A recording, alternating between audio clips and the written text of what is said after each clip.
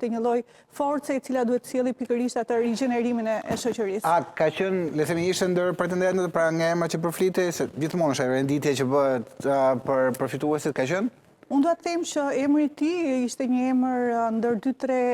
Pra nuk ishte surprizë. Nuk ishte surprizë, bota letrare e njeh, ai është një personazh, le të themi, shumë i njohur i letërsisë botërore,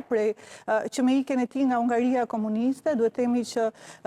kur shohim fituesit e çmimit Nobel, ne bëjmë një udhëtim edhe pikërisht edhe në gjithë kompleksitetin e veprës, por edhe të jetës së tyre, se duket sikur nuk është një çmim i cili përfaqëson vetëm veprën, përfaqëson vendin, përfaqëson kontekstet në të cilat autori ka jetuar, por edhe misionin, filozofinë e tij të jetuarit, të rrëfyerit, të treguarit. Kështu që në këtë kontekst mendoj që është edhe një rikthim tek që bota bën tek vendet ish komuniste, tek autorët që me veprën e tyre kanë krijuar revolucione kulturore, siç është vepra e tij, jo vetëm në Hungari, por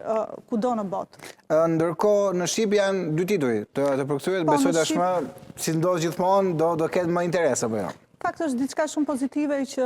ne kemi në gjuhën shqipe një autor të këtyre përmasave dhe unë do të thosha që është 2 librat e tij përfaqësues, siç është libri Tangoja e Satanait, një libër i botuar në vitin 1985, gati 3 vite nga revolucioni dhe nga përmbysja e regjimit në Budapest, është përkthyer në shqip nga një përkthyes vërtet i mirë, siç është Pëtim Kelmendi, dhe i botuar nga Alef. Të dyja librat janë botuar nga shtëpia botuese Alef dhe libri Melankolia, që edhe ky unë nuk e kam lexuar librin e dytë, po duhet jetë një libër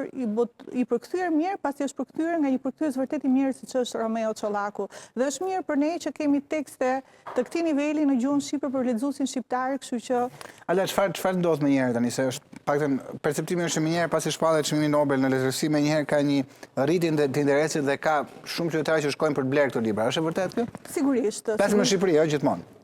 Jo vetëm në Shqipëri, po mendoj që tashmë çmimi Nobel vjen dhe me një rritje të kodave të autorit në treg. Është tashmë të jetë më kërkuar nga agjentët në vendet ku ky autor nuk është përkthyer, megjithëse nuk mendoj që mund të ketë gjuhë që nuk është përkthyer, sepse është një autor, librat e të cilit arta e gjuhëve ku ai është përkthyer është mbi 40 ose edhe më shumë, kështu që por kjo do sigurisht të rrit interesin ndaj një vepre e cila ka marrë një vlerësim nga një autoritet i rëndësishëm i gjykimit të veprave botërore, siç është Akademia e Stockholmit.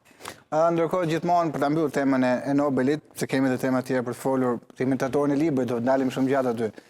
Gjithmonë kur është Nobeli, gjithmonë ne kujtojmë Kadare. Ndoshta dhe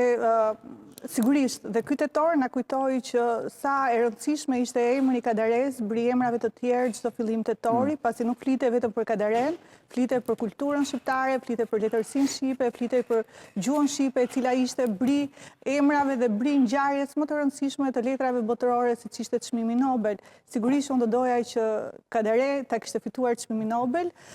sepse e meritonte ta fitonte çmimin Nobel, jo vetëm ai, por kultura shqiptare, gjuha shqipe si një ndër gjuhët më të vjetra indo-europiane, një gjuhë e cila i ka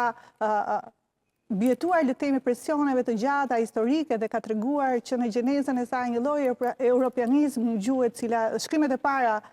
në latinisht kanë qenë në latinisht, ka do thotë që kanë qenë në gjuhën shqipe, kështu që dhe si një vend ish komunist, një vend i cili vjen nga e njëjta përvojë siç është Hungaria, ndoshta një përvojë më e errët se komunizmi